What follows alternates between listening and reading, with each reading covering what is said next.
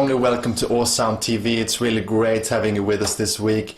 I'm really proud to have a real rock singer and rock vocal coach this week, Kevin Richards from New York City, from Rock the Stage. Warmly welcome, Kevin. So good to have you with us. Thank you very much. Good to be here. It's great. It's amazing these Thursdays having like vocal coaches and singers, and really having some great information about how we can take the next step as a singer and just improve our voices so we can last for that whole gig, or just take that step to start to sing more and really become better as a singer. And I thought we would spend some time on I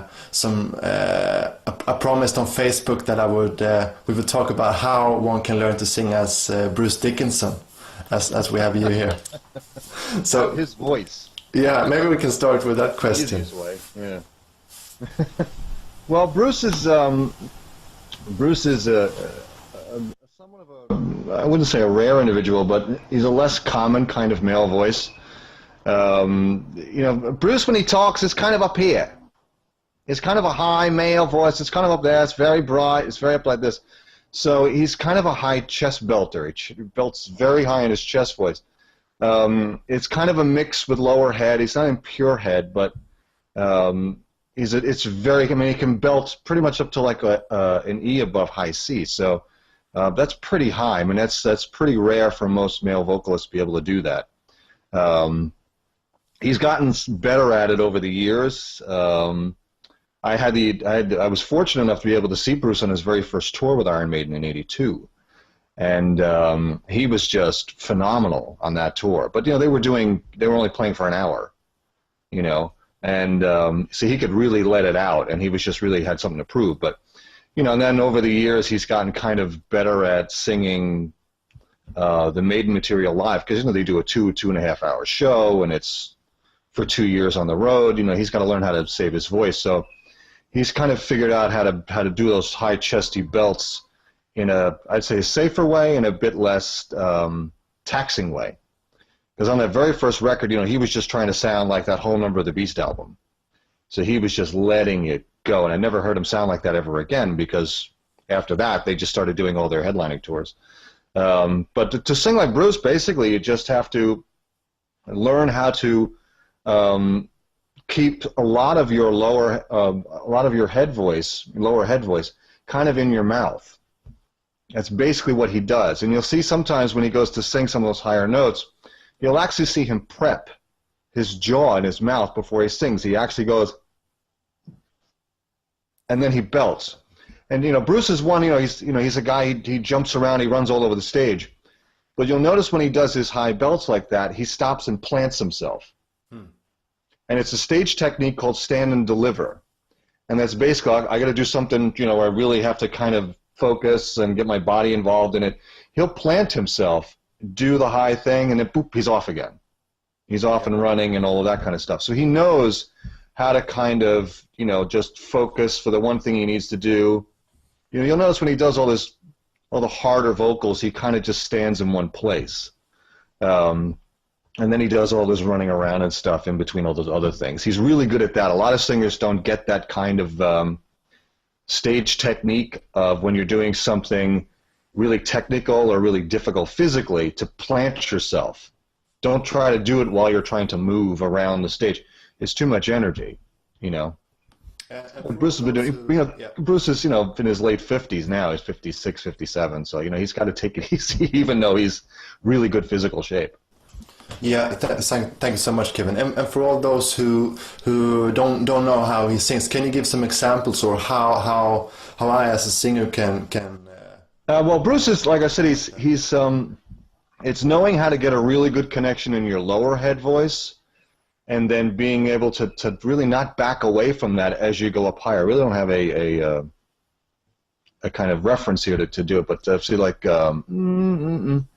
If I do something high, let's see. Let me back the mic off here so I don't blow you out. Let's see. But children all the time, children all the time, and the high note there is kind of right on the right on the roof of my mouth. I'm not letting it go into the back of my sinus cavity, which is really pure head voice, with children are the damned, which is more of a heady sound. That's kind of more of how Rob Halford would do it. His high D's and high E's are, yeah, that kind of stuff. They're really heady, really pharyngally, whereas Bruce is more of a, yeah! He brings it into his mouth more because he's a higher voice. Even though Rob is kind of a high baritone, his voice isn't as high. Speaking voice isn't as high as Bruce. Bruce is a really high. It's up here when he talks. Hey, no, it's very high, very Monty Python, upper British kind of sound. Whereas Rob is a bit more here. He talks kind of there. It's more of a baritone sound, whereas Bruce is more of a high tenor, a low tenor, I should say. So is that what you would call like a hard mix, like someone? Yeah, it's a really hard mix. It's a heavy mix. It's a heavy upper mix. Yeah. Past his high C into the D and all that. Run to the hills, run for your life. That kind of stuff. Wow, that's amazing. That's tough to do. And for me, I'm a low baritone, so that's really pushing it to get up that high. I'm not doing that full bore, so it's just knowing how to keep some of the sound in your mouth and not letting it go purely up into the head cavity. Yep. And which is the sorry, keep talking. Once you get me started, I'll keep rolling. Sorry. That's great, so good. So how would I? Because I have a pretty light mix. Like, how would I practice to get more of that hard mix in there? Like, you have to do a lot of dampening, a lot of larynx dampening. Yeah. Which is doing things like w and using consonants like W, G, and L. Yeah. Where you get a lot of and go. There's a lot of, because basically what you're trying to do is you're trying to expand your resonance space or the mix vertically this way instead of horizontally, like a lot of guys will smile into it, and that just spreads the sound that way. What you're trying to do is actually lengthen it vertically, so it kind of stays in the mouth. It stays this way. So it's so it's a lot of go with a lot of really low larynx. And that it's hard to do because it takes a lot of breath support to keep it all together. Because it's so easy that the larynx rises when pulling up. So practicing it with the lower larynx helps kind of keep the resonance in more down, a bit lower down towards the tongue rather than going up into the sinus cavity behind the eyes. Yeah. Less of a masky sound, as they say, mask. And it seems like you have a pretty hard pressure on there as well, because when I do a light mix, I don't need so much pressure. I can be pretty relaxed, but it seems... Yeah, a light connected mix, something like what you would see from like a speech level type of thing. No!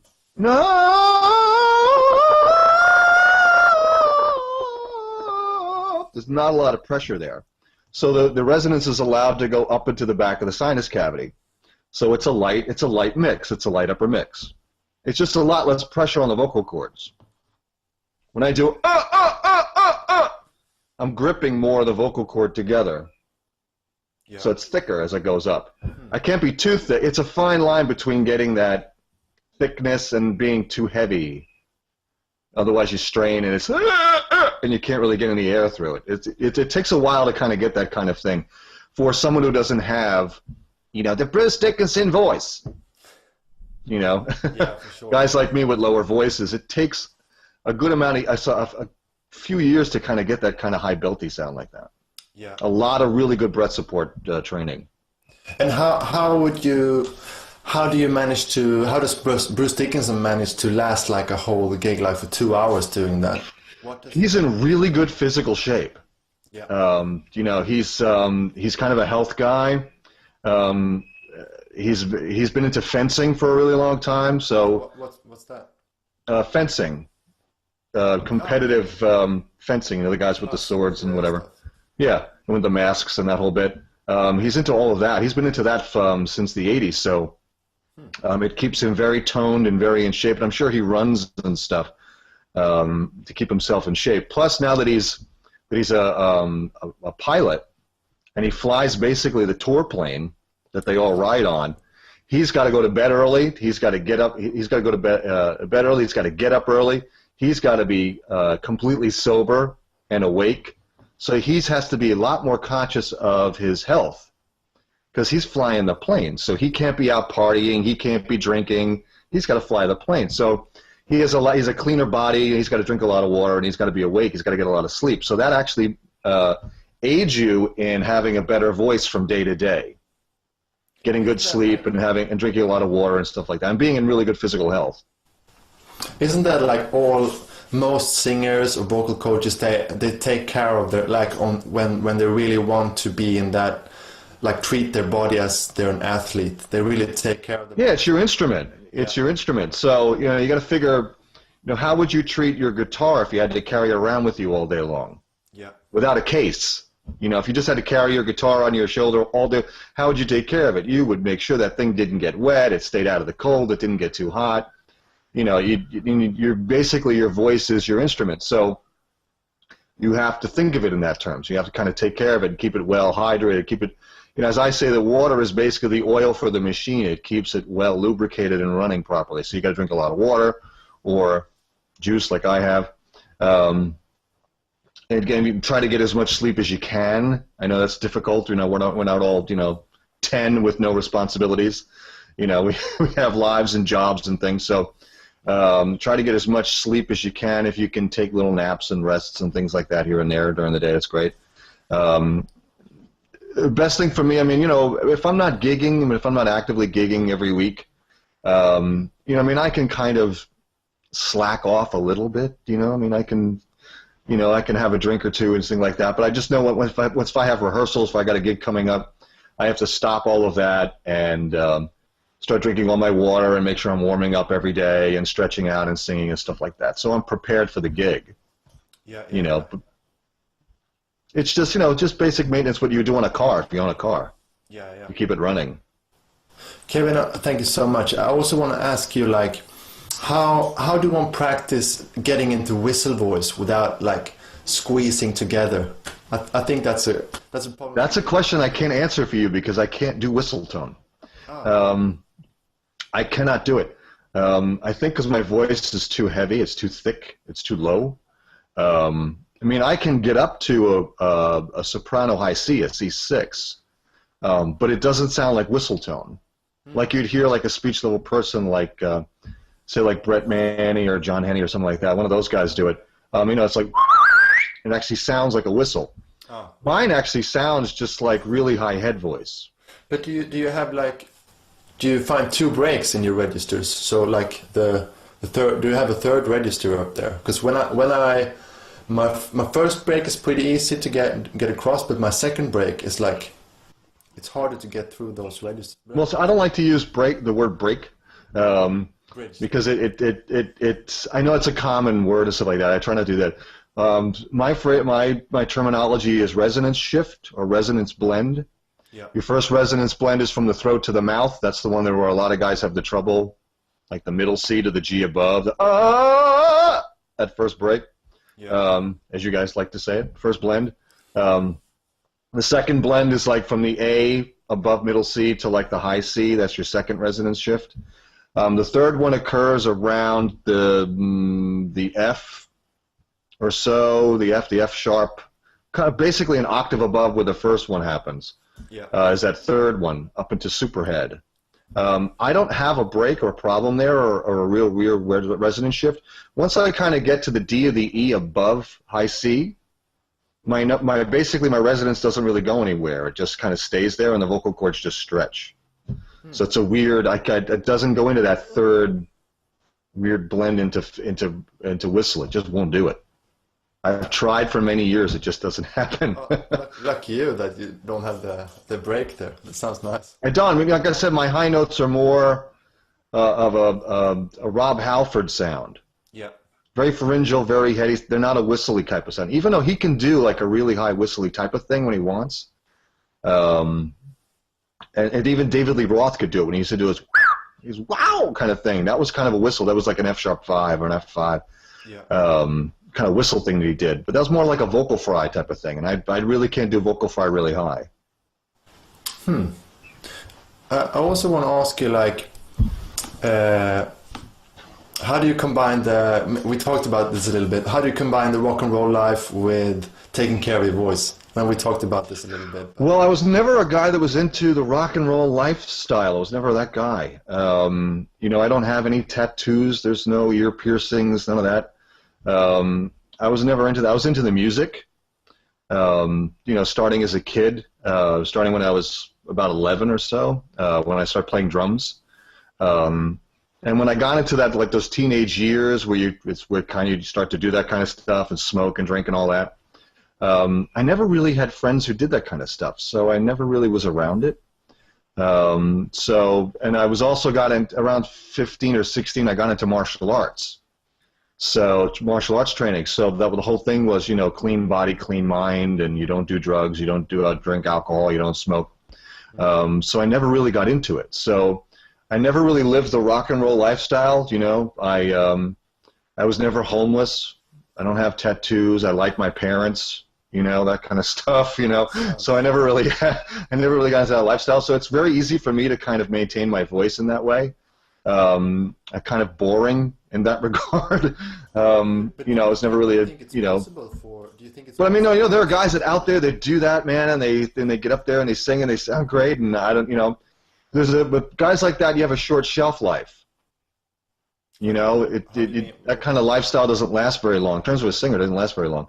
But you'll see guys like Chris Cornell or Steven Tyler, you know, after about 10 years of doing that kind of lifestyle and trying to sing, they start to lose their voices. It starts to go on you because your body can only take so much wear and tear, and you know your voice is a very small, delicate little, you know, your larynx is a very small, delicate little thing with little muscles and little fibers and stuff. It can only take so much abuse. So you know, lots of hard alcohol and drying out and smoking and drugs and everything else, you know, it wears it out a lot quicker, and they've had to kind of clean up a bit to kind of get their voices back. As Steven Tyler's basically had to clean up his act, and Chris Cornell had to go into rehab and all that kind of stuff to kind of get their voices back because their careers are just over. Yeah. And that's why guys like, you know, Rob Halford and Bruce Dickinson still sound great, especially Bruce, you know, at being in his late 50s. Even David Lee Roth, you know, who's almost 60, you know, actually had to get his voice back in shape to be back in Van Halen, you know, and he sounds a lot better now than he did even just 20 years ago. So what would what's your 5 best tips for those who find themselves in that circumstance and they want to be able to be a singer for a long time? How would they? Okay, what would they do? 1, train. Yeah. Either, you know, train at home, make sure you vocalize every day, even if it's just 10 minutes. 10 minutes is better than no minutes. So train. So that's warm up. Voice training. Voice training, scales, anything. Even if it's just for 10 minutes a day in the shower, do something to keep your voice stretched and flexible. Stay hydrated. Make sure you drink plenty of water. Even if it's, you know, beer, water. Make sure there's some water in there somewhere. Keep yourself hydrated. That's 2. Make sure you warm up before the show. 3, make sure you warm down after the show. That's one a lot of singers miss, warming down after the show. They get off the show and they just hit the bar. You got to take 10 minutes and bring the voice back down. 5, get a good amount of sleep. And stay in relative shape. You know, I mean, don't, you know, eat yourself into oblivion, you know. Because the bigger you get, the more pressure there is on your lungs and on your diaphragm, and it's actually harder to breathe.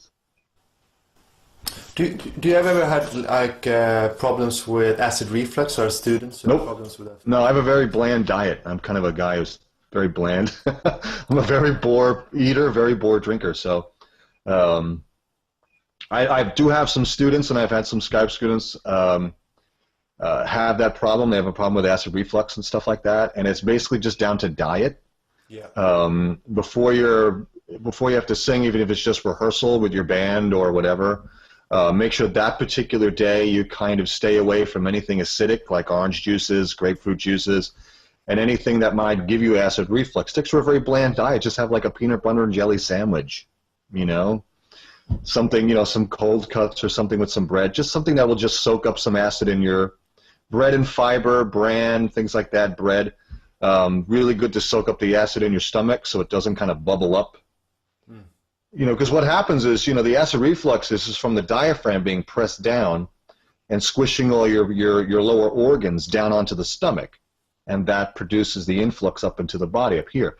So not having a lot of acid in your system to begin with will help with the reflux happening while you're trying to sing. So stick to a bland diet that particular day.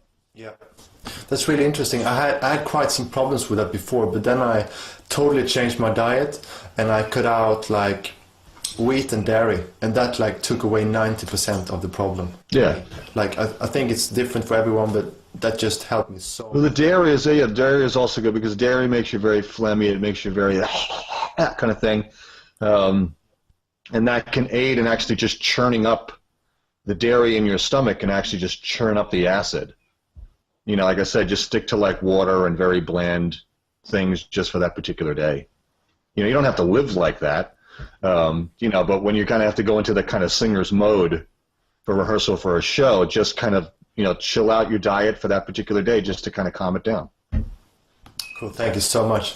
I also want to ask you, like, if a singer finds themselves like they run out quickly, like they sing for an hour and then they just don't have any voice, so they're just really, really tight in their voice. What do they do? Do they sing too loud, or how do they? Well, that's usually it's usually if someone tires, their breath support isn't doing most of the work, because your larynx up here, and you know, you figure your see if I can get it in here, you know, your vocal cords are only about that big, about the size of your thumbnail.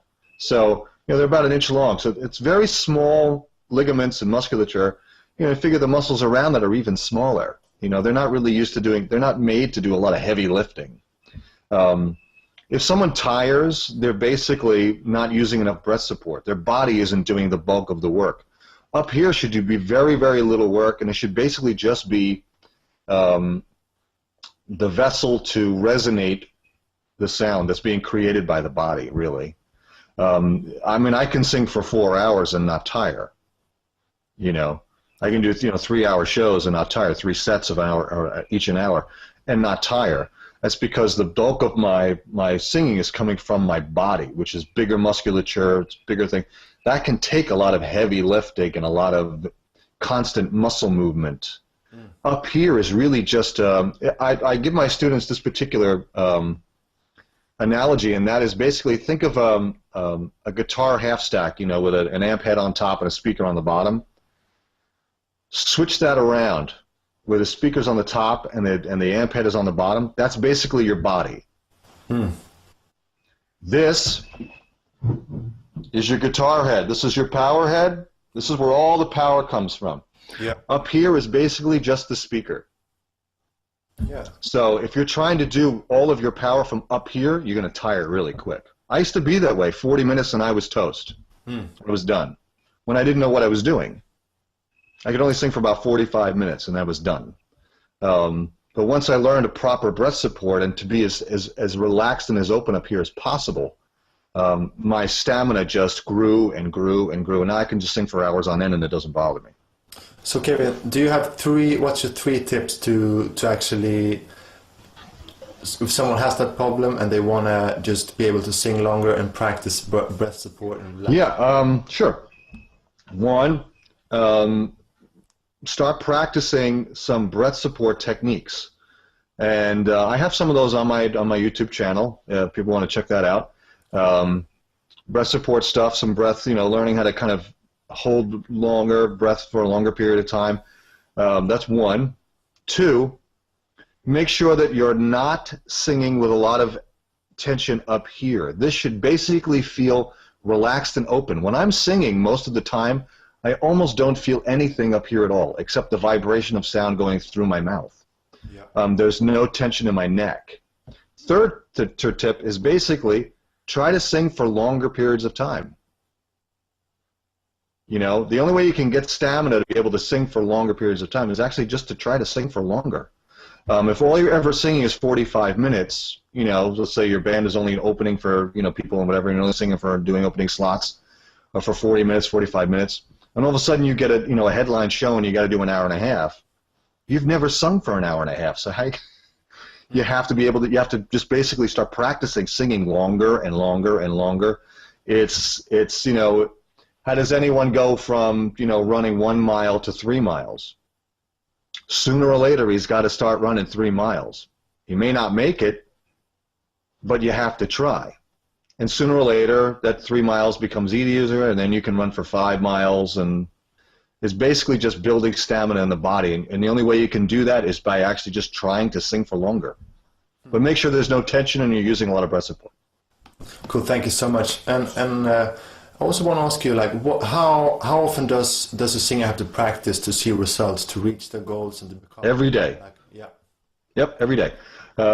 It doesn't have to be for long. You know, there are guys out there practice an hour every day. You know, we're not all, you know, teenagers with not much to do. You know, as we get into adulthood, and you know, we got to, it's hard to find an hour every day to do stuff. You know, you might be living in an apartment and you've got neighbors and things, and you're worried about bothering people and all that.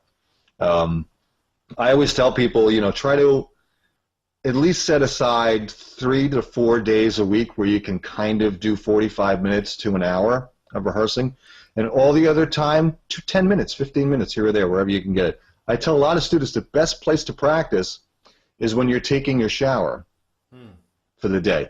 You've got the hot steam, right? Really good for opening and unclogging, right? It's really good for your vocal cords. You're in an enclosed space with all that tile and stuff, so you've got really good resonance. And you close the door. It's your little private domain. Nobody bothers you. And it's not really an uncommon, strange thing to hear somebody singing in the shower. So good. So it's a great place to vocalize. You're basically multitasking. You're cleaning and you're vocalizing at the same time. You got that 10 minutes. You don't need scales, but you're not doing like, you don't need to do that.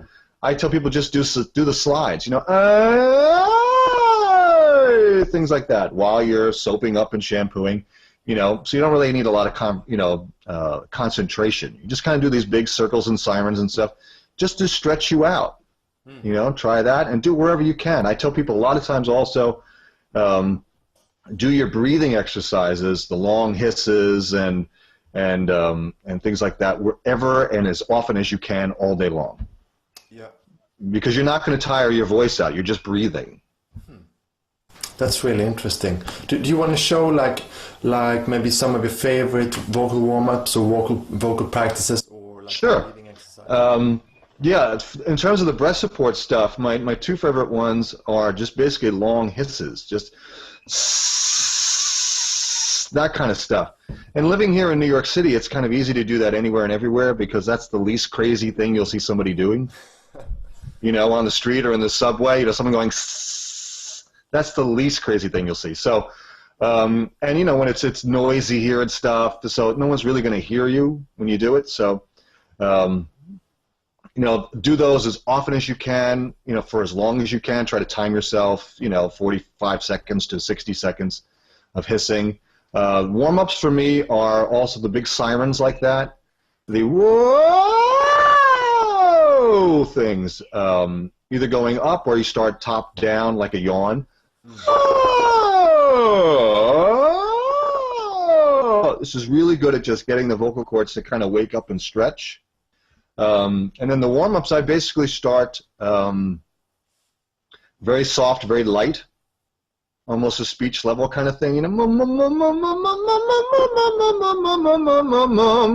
Very small, very, very not a lot of taxing, because all I want to do is just kind of get it warmed up. And then as I go on with the warm-up, I whoa, whoa, whoa, whoa, whoa, whoa, whoa, whoa, whoa. I start to open the sound up. Yeah, yeah, yeah, yeah, yeah, yeah, yeah, yeah, yeah. So I'm at a full, big, open sound. Basically, how I'm going to sing that night. If it's a light gig, I don't need to do gigantic, huge sounds. Warm up to where kind of what I need for that particular show. When I'm vocalizing every day, I do the full-on warm-up. Yeah. And how long do you do a warm-up for before like a show? It depends. I get this question asked a lot. How much you need to warm up on a particular day depends on your voice. Your voice is different each day. Some days I wake up and my voice is just ready to go, and it's like 10 minutes and boom, it's there. And sometimes it's almost an hour, where it really needs to kind of get into that full-on mode that I do to kind of do the high belts or the high screamy stuff, it can sometimes take an hour. But I would say minimum try to do 20 minutes to 30 minutes, and then lay off. Yeah. And then go and do your main vocalizing. Take a little break, go get a drink, maybe eat a little bit, then go do your main vocalizing. Because you want to let the voice just stretch out a little bit, then let it kind of settle, and then do the full-on vocalizing session. Cool, thank you so much.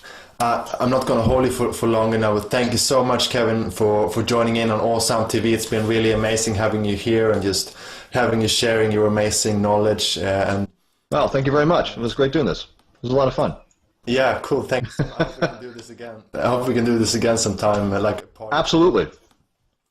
Cool. Thank you so much, everyone. All right, Peter. I hope to see you next week again. And thank you, Kevin. Bye for now.